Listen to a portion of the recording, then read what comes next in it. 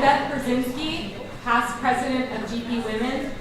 Before we begin, I just want to make a few announcements.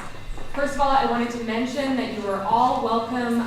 All the grad students here are welcome to stay and mingle afterwards. We'll be having the reception afterwards where hopefully some of you can meet some of the PCCW members who have joined us today. Also, speaking of PCCW, I hope that you noticed on the slideshow that GPWomeN is honored to be the recipient of a PCCW leadership grant, which allows us to continue this speaker series for the academic year. Our next speaker series event will be Tuesday, November 28th. Please be sure to like us on Facebook and join us on OrgSync for more details and to hear about other upcoming GPWomeN events. Regarding today's event, during any dialogue or Q&A portion of the program, a representative will be handing you a microphone. We are recording these events for a video library, and we ask that you please utilize it. Likewise, you've been given an evaluation form when you came in. If you could just take a few minutes to fill that out, we would greatly appreciate it. Your feedback really is invaluable to us, and it's a great way for us to learn how we can better serve you as an organization. So speaking of today, thank you very much for attending the second installment of this year's GPWomeN PCCW Speaker Series, co-sponsored by the Graduate School. We are delighted to present How Could You Possibly Derail Your Career with Dr. Cynthia Cuffie.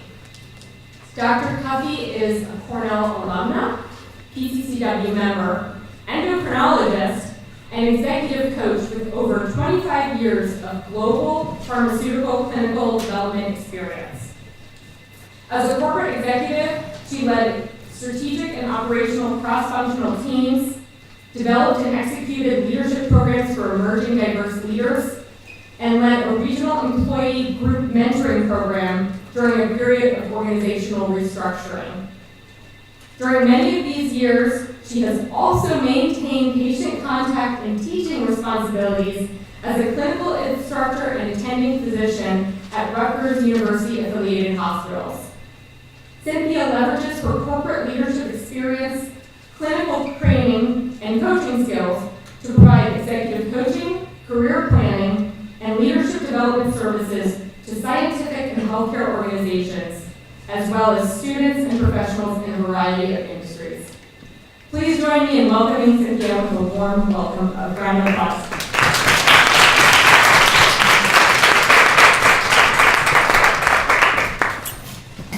First of all, I want to thank you. I'm really excited to be here. I'm very excited because as a scientist myself, I understand some of the challenges you may face, and that the things that you get rewarded for as a technical person may sometimes be the things that actually derail you in the end. But I want to first acknowledge PCCW members that are here, because that will derail my career if I don't. PCCW members, please raise your hands, say hello, and thank you for your success. All right. Yeah, I got to figure out how to move the slides. This one will work better. Does that work? Yeah. If not, we can just use mine. Okay. I should have practiced, right? Derailer number one. Today, this is going to be interactive. So I'm not going to be standing up here just talking. I want you to be talking back to me. We're going to do things together. I want you to share with the group certain things, and when we're sharing personal information, we will shut the cameras off. That will not be videotaped. So please feel free to share doing this, because it's important that I make this personal for you as opposed to just generic. It's not that valuable. So we're going to define what a derailing behavior is, but what's important to know about them is some of the triggers, and to have some personal reflection. And we're going to actually go through a couple of case studies. And then we're going to discuss some simple tips for managing these behaviors. I always feel that if I don't give you something positive to work with at the end, I haven't done my job. I just showed you what you did wrong or what's wrong, but I didn't give you more that you need. So we're going to do all of those things. This is the agenda. I like to paint the big picture. We're going to first identify these behaviors. We're going to share some stories. Are you ready for that? I want to see some hands. Who's going to be ready to share? Oh my God, I didn't see. Okay, we're going to share some stories, and then we're going to do a couple of case studies, and then we're going to end with that. I will tell you the topic. I am an executive coach, and I work with global senior leaders all the time. That's what I do. And this is so critical. It's amazing. You know, you say, oh, personality, come on. But this is what I spend my time, and this is what companies spend lots of money doing to make their company successful, productive, and make people work together in a nice way. So we're going to talk about these, and hopefully you will take home some tips to work on these. So I want to also acknowledge that all this information basically is in the Harvard Business Review this month, September, October, in an article by Tomas. Oh my gosh, Tomas is a friend of mine. I can't think of his last name, but I have it at the back.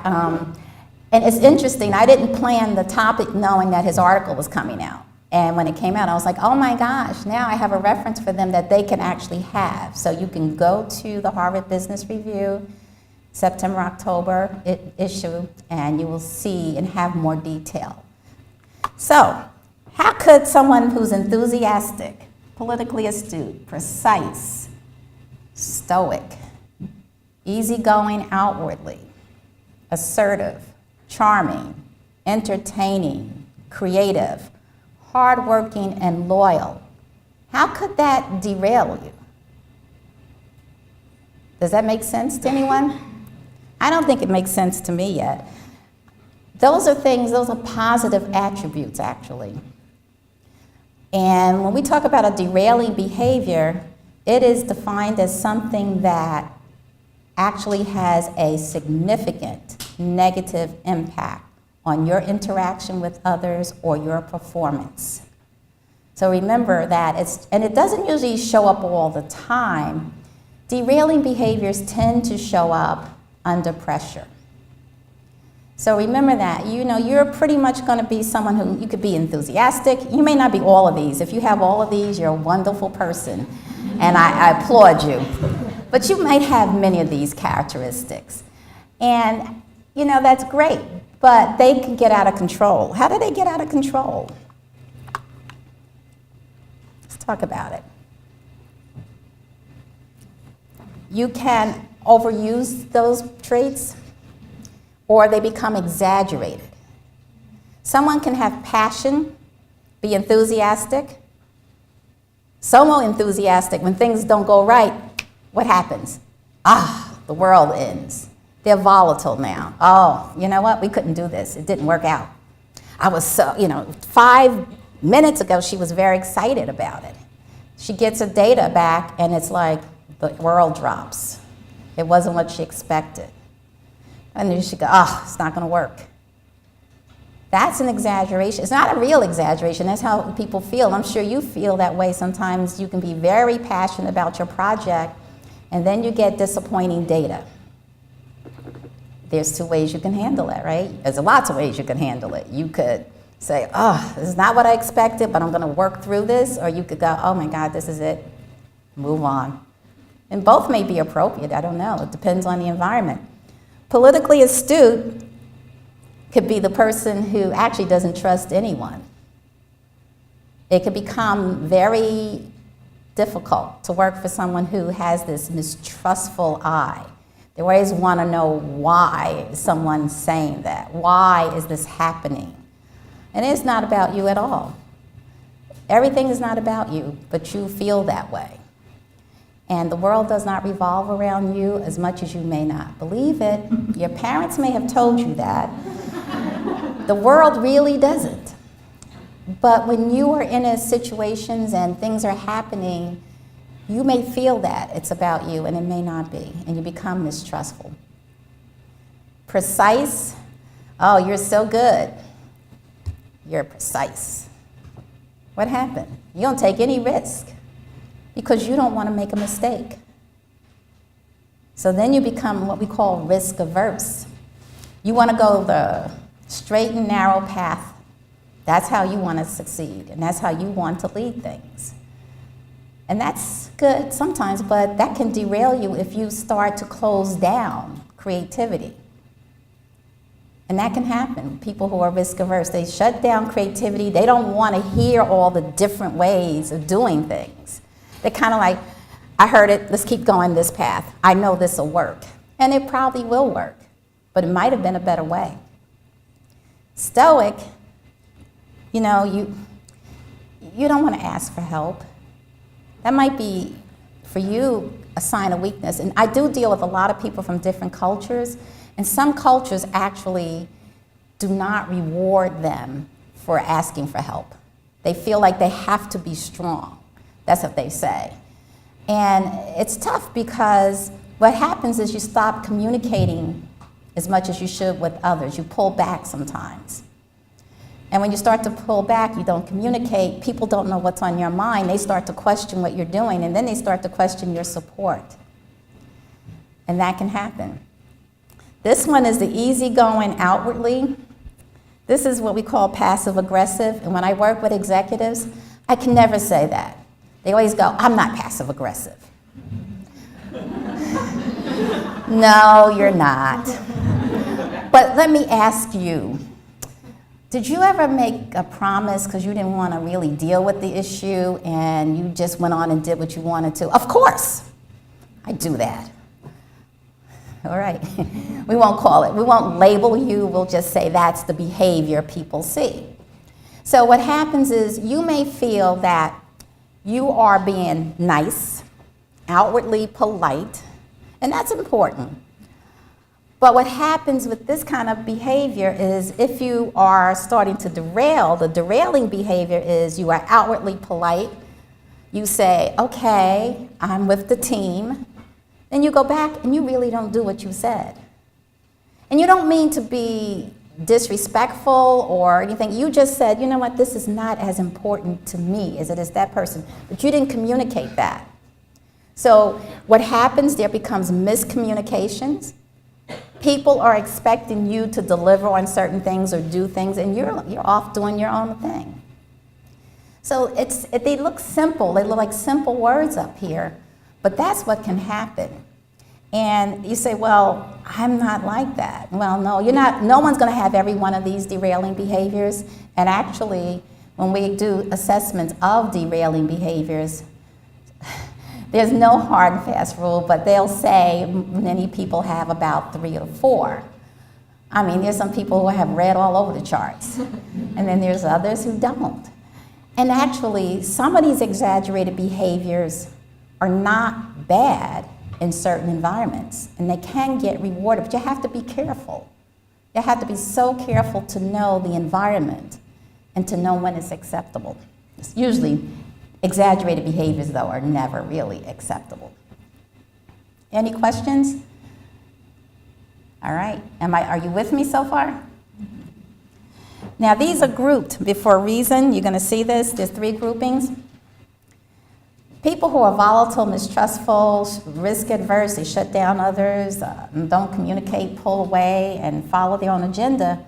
These are called distancing behaviors.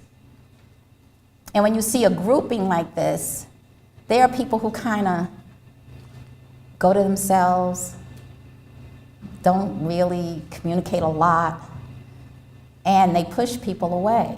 And they don't want to push people away, but that's what happens. So just think about those. Because we're going to talk about reflections. Is this resonating with anyone yet? Yes, no? I don't see any heads. Yes? No? Maybe so? You're not going to tell me? You are going to tell me, right?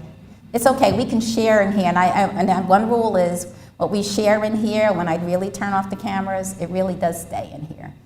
Because it's important for you to think about how you would work through this. All right, the next one. Here's the charming kind of person. They're assertive. Oh, she's really, she's got it going on. She's charming. She really, she does a few things off the wall, but she'll say, I'm sorry, it's okay, I'll do it better the next time. Entertaining, life of the party, life of the meetings, has a lot to say, maybe not listening as well, has a lot to say, and creative. So people generally like this kind of person.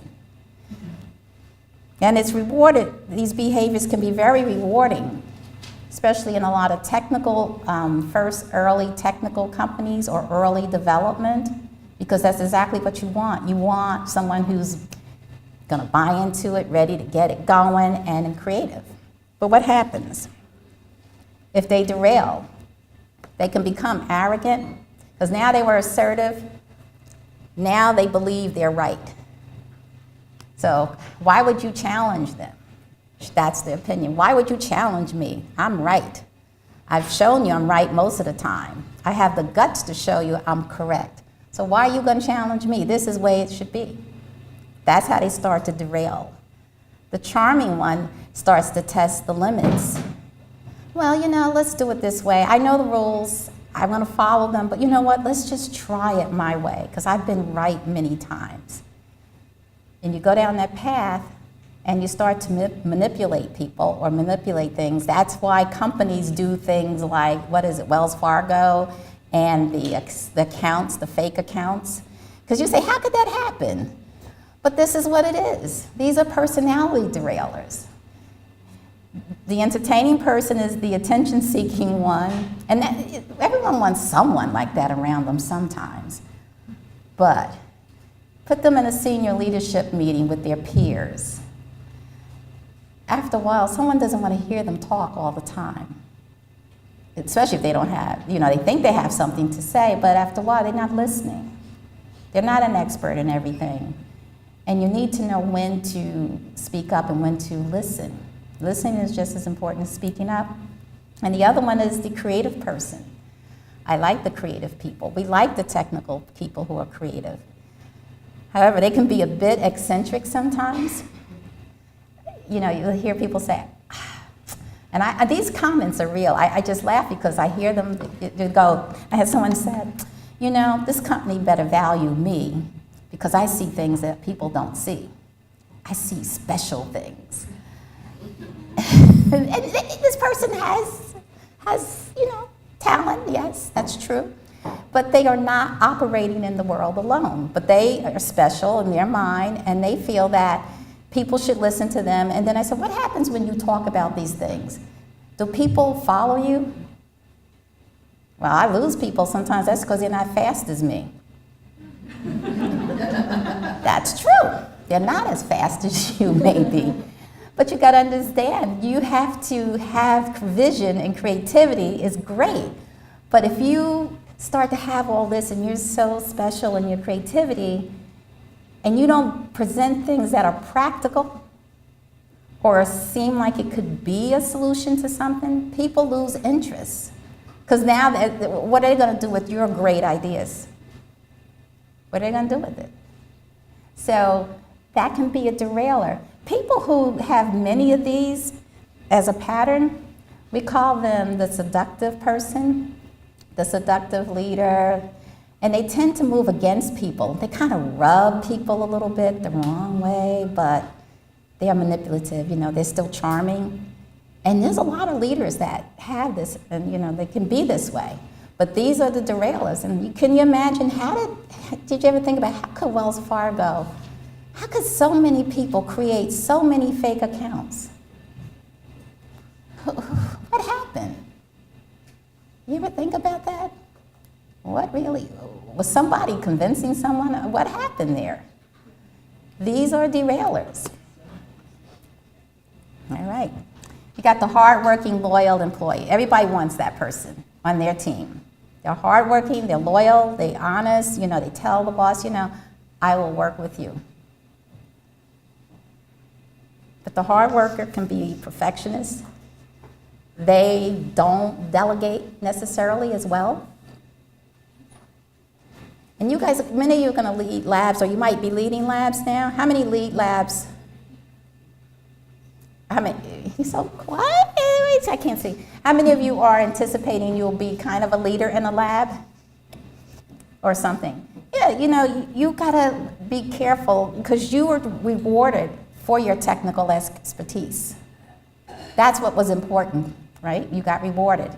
But just remember that you have to be able to delegate as well. And there's ways to do it to make you comfortable as well. You don't have to just give things away. You never have to do anything. You can work through it to make it more comfortable for you. The other one is the loyal person. They become so loyal, become ingratiating, and then they don't think about the people under them as much. And what happens? What are they called? Yeah, I don't want to say it. But they get labeled, right? These people are considered someone who seeks excessive approval, and they move towards people. So, in summary, this is how, on the green, positive traits, when exaggerated or kept out of check, they're not checked. You need to manage yourself. I'm sure you know what that is about. How many know what EQ is? Emotional intelligence, right? Self-management is one of the main things about it. You have to manage yourself. That sounds so weird, right? Manage myself? What do you mean? I get up, I take care of myself. What do you want me to do? I want you to manage your behaviors. Are there any questions about these? Yes.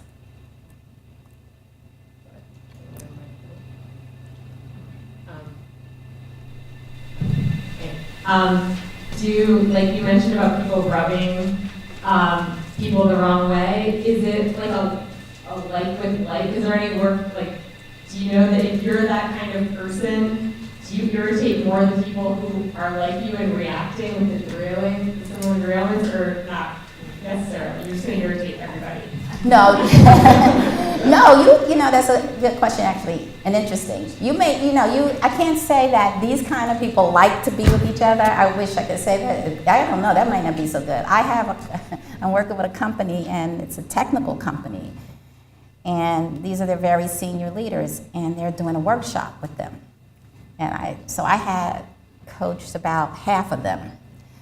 And the question that was coming really from the females, which was very few in this technical senior leadership team, was, I am so tired of hearing what I have to say and no one acknowledges it. And then loudmouth, that's how they put it, loudmouth will say it, and it's acknowledged. And it turns out that what's happening is she may not be getting the attention. It's not tone of voice. It could be tone of voice, but it also could be some pre-assumptions made on the part of the people in the room. And so she says, I don't want to be like that. This company has a lot of loudmouths. I don't want to be that person. But some of the recommendations are, if you want to be heard, you don't have to be the rude loudmouth. But when you do say something, what do you think we told her to do? When you say something, that's not the end of it. You have positive acknowledgement from someone else in that room what you said. So you don't just end it. You go, whatever you said, then you say, and John, you will say to them, John, thank you for, bringing that topic up. This might be able to help your group or whatever the appropriate response is. But you are not making someone acknowledge your comment in that room before you stop. And so she's not going to have to be the, as she called it, the loudmouth in the room, but her voice is going to get heard. The other question we often get, like your question, is, what's the perfect profile for this company? Does my profile look like I'm going to fail or succeed? And while companies do have certain characteristics that they say are important, there's no perfect profile because you can work through and manage these things. You just got to understand them and understand yourself, okay? Hi. I just saw a colleague. Well, she's not a colleague. She's an alumnus who I feel like is a daughter to me. Come in. Late. I I call people out because I know I can, when I can. I think I know I can. So anyway, those are the derailing behaviors. All right. You can't change who you are. Well, you can work on who you are. I think most of us feel that we are who we are, especially under stress when we let our guard down. Who we are comes through even more, right? So while you may say, oh, yeah, I don't do that usually, you don't have outbursts usually, that's true. But you say, I know I'm prone to it, and sometimes things happen, and next thing you know, you're like, ah, I did it. That's life. But who you are, you can manage who you are. You don't have to change who you are. The other thing before we start, I want to say this before we start sharing. All potential derailing behaviors are not equal. It depends on the environment, what's rewarded in that environment, sort of determines some of the tolerance for some of the behaviors. But to the extreme, none of them are really basically acceptable usually. And it's a degree of expression that is what gets people in trouble. And being unaware that they're doing it definitely gets them in trouble. So yes, we have leaders, they have to have some assertiveness. So they're going to show some boldness. They're going to show some risk-taking. There's nothing wrong with that. And I want to make sure it's clear. But it's the exaggeration and being unaware of what you're doing that makes the difference. As a matter of fact, I called out my buddy here, but my daughter, I'm going to call my daughter, she recruits. And I'm not going to put you on the spot, but she recruits for big companies, and I know that. And she can tell you later about, they're not to use this kind of information in selection for actual hiring, but they use it in terms of which way they might hire. And you need to be aware of that. And you don't have to be perfect. I went online and I couldn't believe what I saw. I actually saw online a site that teaches you how to take the personality assessment. I was like, what? And so there are sites that try to game the personality assessments. And I was just like, this is unreal. Because, so they think that if you have certain answers, I guess, they're going to teach you, I don't know what they're going to do because I didn't go on the site, but I guess they're going to teach you if you have certain answers or to get a certain profile, that would be much more acceptable. Trust me, that is not what they're looking for. There's no perfect profile generally, and please don't go to those kind of sites. And I will tell you, there are some things in some of these assessments that help us look to see if you were gaming the system. And in the Hogan, which I'm familiar with a lot of them because I'm certified, but Hogan especially has something we call impression management. And when we see that, we know that, oh, this person's trying to put their best foot forward.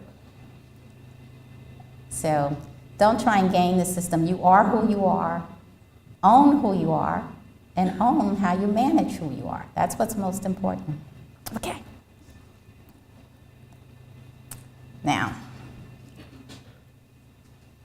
I want to talk about triggers, derailing behaviors, and we're going to start sharing a little bit. Because derailing behaviors is important to know what triggers that behavior. I had an executive tell me she was passive aggressive. And so I said, well, what would make you not listen to someone or do what they suggest? She said, when I think they're dumber than me, or they're not as smart, or I think what they're asking me to do doesn't make any sense. So her trigger is her superiority, right? So she's making the judgment that the recommendation or the suggestion or whatever is not valid because she doesn't feel the person is valid enough to give it to her. So you got to be careful. That's the main thing. You got to know what triggers these things, because if you don't know what triggers it, you won't really know you're having it sometimes. So that's very important. The other is goal setting. You have to put this in your life as everything else is important. Most of you in here are technical scientists.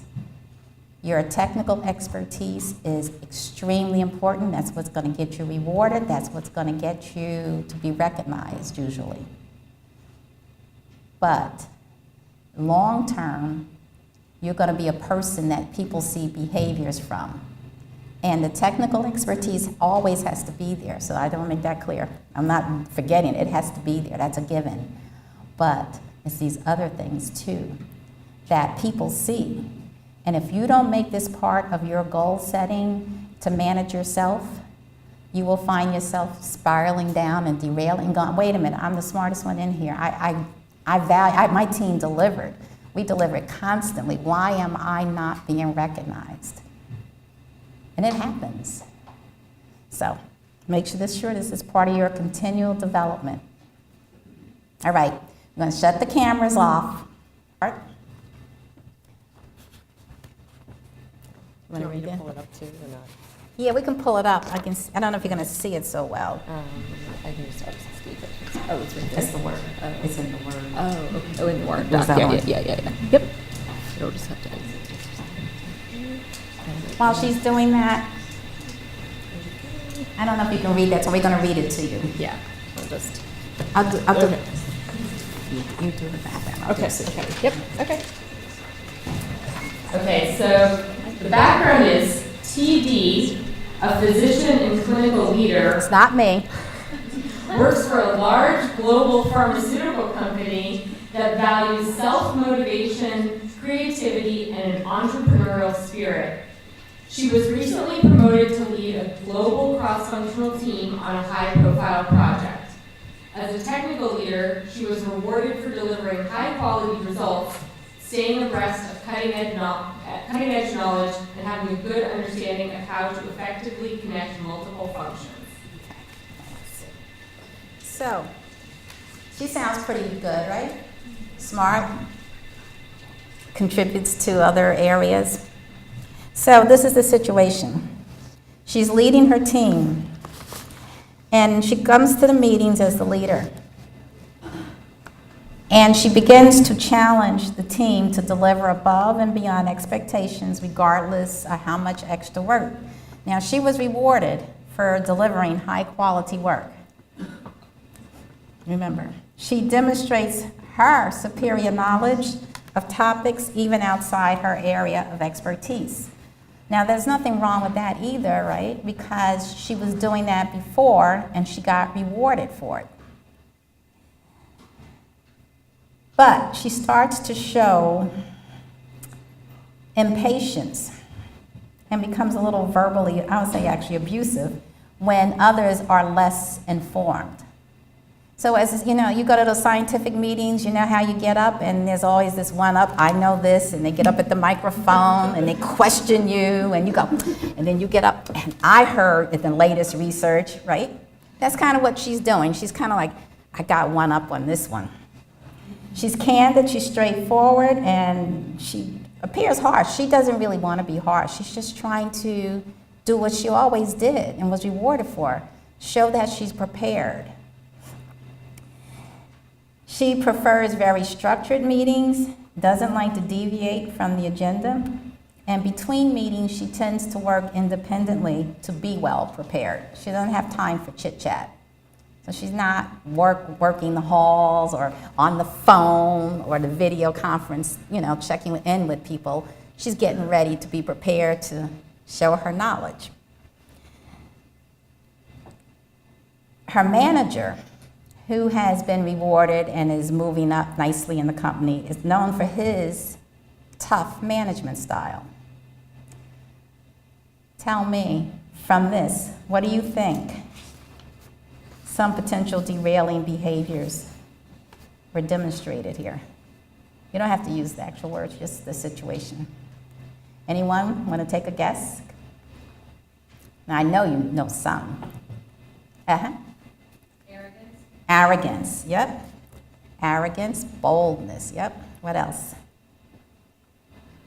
Yes. Yep, she's a perfectionist for sure. What else? She is kind of micromanaging when you think about it. She is definitely diligent. She's definitely diligent with her high standards and trying to make sure everything's just perfect. What else? Yes. Last order. Hmm? Last orders. They have to get the last word. Okay, she's got to get the last word in. Okay, yeah, she's the one-ups one. She's always got one up on you. Okay. Anyone know people like this? You work with people like that. All right. Another PCCW person. Yes, what else? Oh, I was struck that she doesn't, I don't know a single word to describe it, but she doesn't seem to be focused on the team, it's more on herself. Right. She said not focused on the team, focused on herself. She's reserved. What they say, she works independently. She's not checking out with people. She doesn't know what people are thinking. She's just like, I'm going to be smart and come in there. So that's the potential derailing behaviors. And do you see how it can happen? It's not that she was doing anything so differently from what she was rewarded for, right? So that kind of sneaks up on you because you were told you were smart, you got it done. I liked your detail orientation. You didn't leave things hanging out there. And then she gets promoted, and then it starts to derail her somewhat. Because now it's a little exaggerated, actually, these behaviors. So do you want to know what the outcome was? You want to know? Yeah. So her team actually did accomplish their goals, and they did have a high-quality output. And they actually got a team award. Her members respected her knowledge, but she really did not build relationships. Human resources received multiple complaints regarding her communication style and verbal treatment of different members. She didn't even know. She had no clue. Because she didn't have malice in her heart. She really didn't. She had no clue. She was recommended to participate in an executive coaching program. Her career movement upward was stifled. So you can see, it's like, how could that happen? But that's what happens. And it can happen. Okay, we have how much time left? We don't have any time left. Right? Yeah, I mean, it's 4:30, but we could go Go a little late. bit. Yeah. All right, so you want me to we'll pull up do- yeah.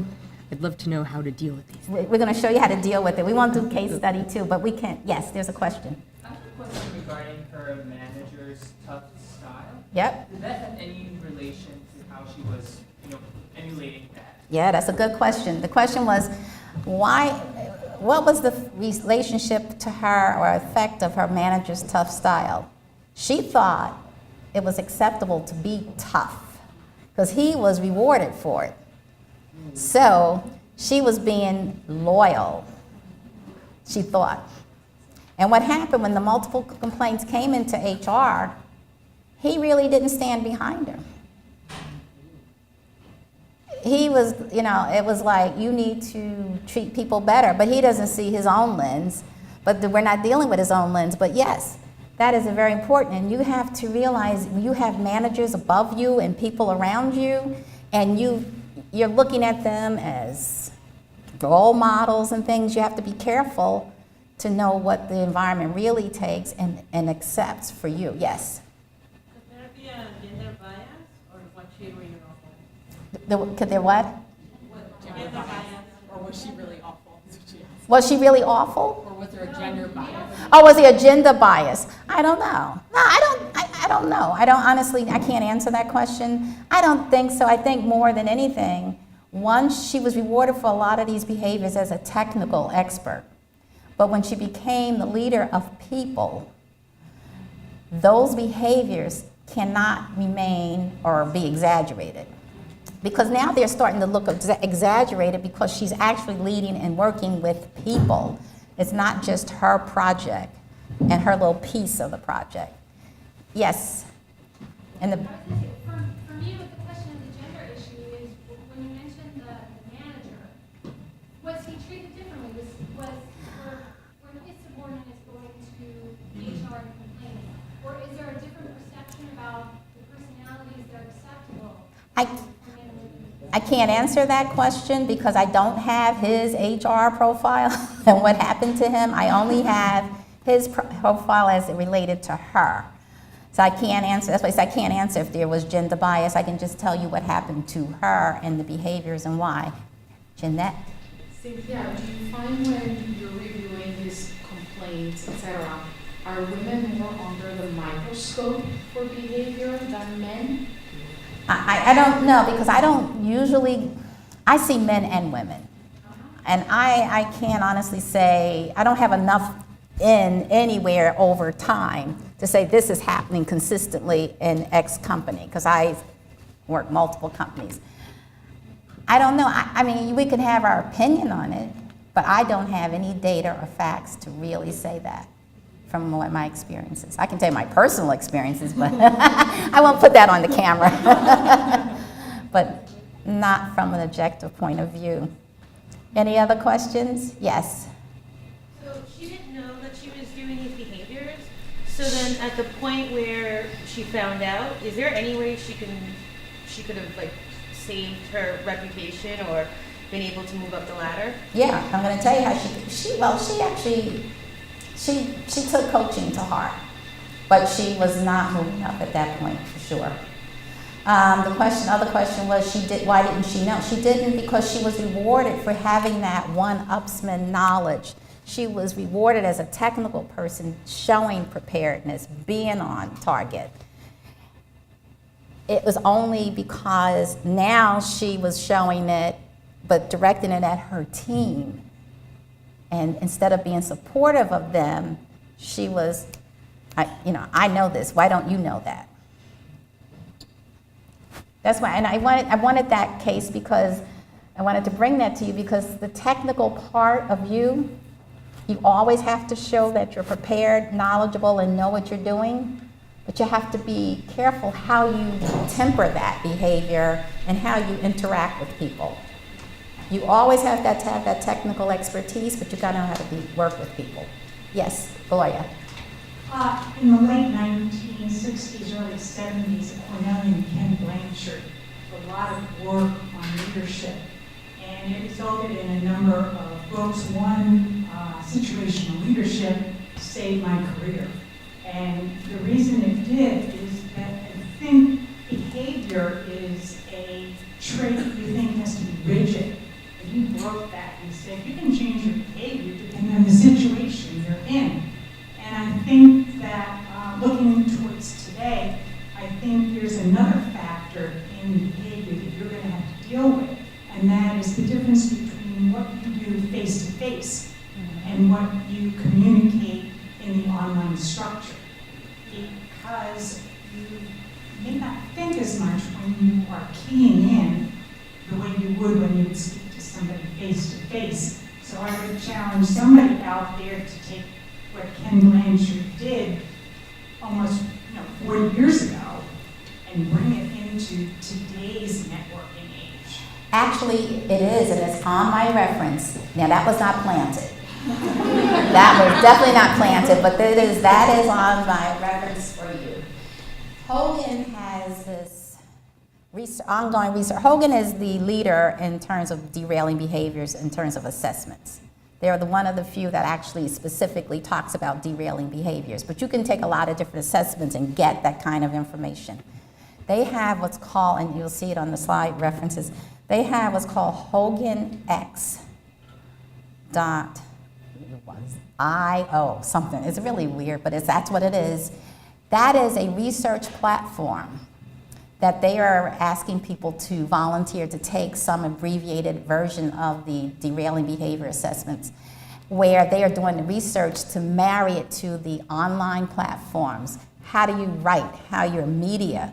So there is research going on, and I don't know if there's any people from the business school in here, but if you're in organizational behavior, definitely go on that site, look at it, and participate. I don't know. think it's free. I'm pretty sure it's free. Participate in the research because it's ongoing. Thank you, Gloria. See, it's happening. I'm glad it's happening. I had that answer for her. All right. I promised simple tips. So this is like 5-minute dating here. I can't coach you all on all these derailing behaviors in 2 seconds, but we can definitely do some quick tips. So if you're volatile, you show volatile behavior, what can you do? Identify specific actions you can take calmly and positively. That's the key. Calmly and positively to work through the stressful situation. So think about it like that. When you get to a situation and you're like, uh-oh, you feel doomsday or you feel yourself going up and down, you're happy, you're disappointed, you're happy.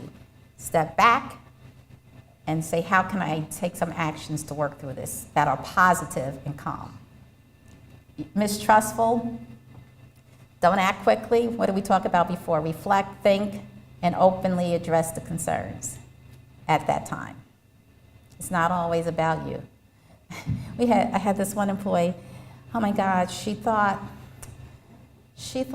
all the changes were happening because someone didn't like her.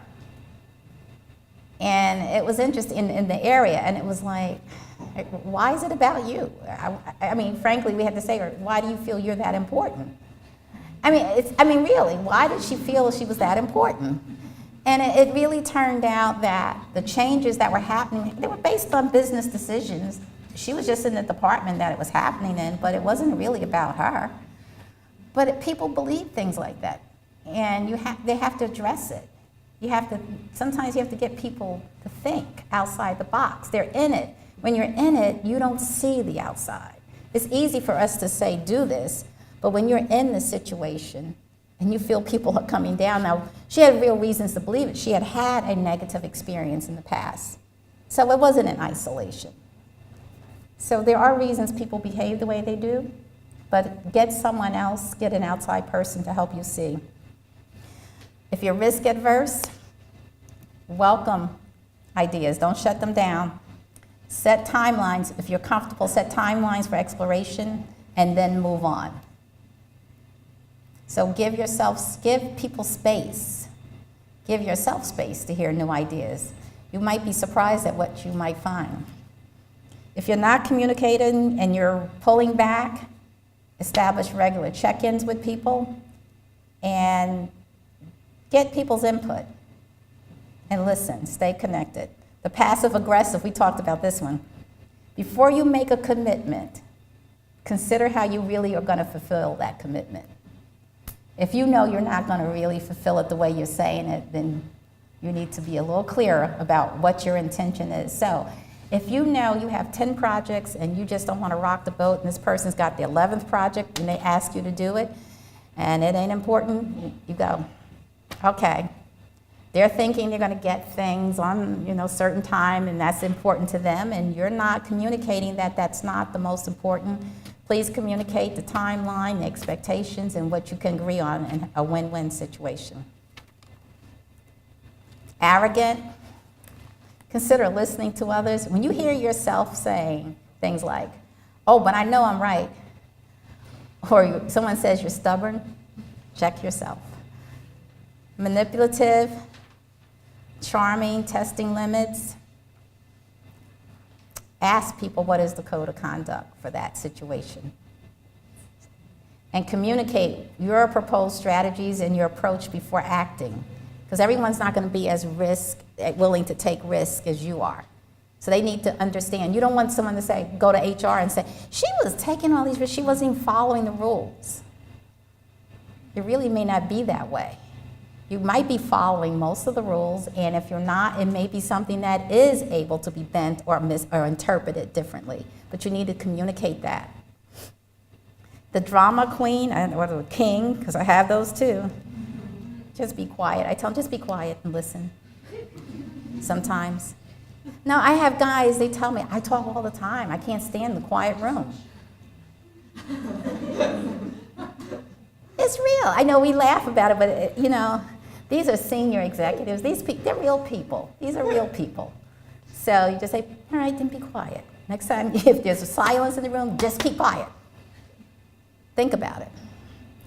The one who has all the ideas, the creative person, and we need these people. But they gotta they gotta get the ideas where people can understand them. So we work a lot with this one. We tell them all the time, look for signs of communication breakdown. Read your audience. Look at your audience. Look at your team members. If they're sitting there and no one's saying anything, then check in with them. Maybe they don't even know what you're talking about. And we say focus on action items, things that you can put into action or make sense so that you can hold the interests of others. And we talked about that. The perfectionist, step back, look at the big picture, delegate. The one that's submissive, start to really evaluate people are asking you, especially your superiors. You can push back in a nice way. You can say, you don't have to say it at that moment. You can take time to think about it. I don't want you to think you have to go do everything right that moment. You can sit back and think about it and critically evaluate what you're being asked to do and the impact on yourself, your team, and others. And when you put together a justification or a rationale why you're taking a certain position, people are more willing to listen to you as opposed to just saying, we can't do that. Okay? All right. Remember, your success, your career is really related in a large part of how people see you. It's your reputation. And while you could be the greatest person in the world, have the best intentions, your behaviors have to demonstrate that because that's all they see. All right. How can you do this? Ask people for feedback, but be aware. When you get feedback from people, they got to be open with you. And sometimes they're not even correct either. So just be aware when you get the feedback, you take it in, and then you have to critically evaluate it. And you might have to get feedback from multiple people to see where the trends are. You monitor yourself, and you can take these personality assessments, but don't go to those crazy sites that try to game the system. And this is that Hogan10.io. That's really correct, that is it. That site it'll give you a headache when you go to it. I shouldn't say it like that. It's got a lot of crazy information. But then there's the opportunity to take it, and they're doing the research and looking at the behaviors on media, social media, and everything else. All right. This is the article, and I do have to give Tomas a lot of credit for all this because he put it together so nicely in the article. Thank you. I've enjoyed speaking with you, as I say. I enjoyed you being an engaging audience. I hope you enjoyed it. Thank you.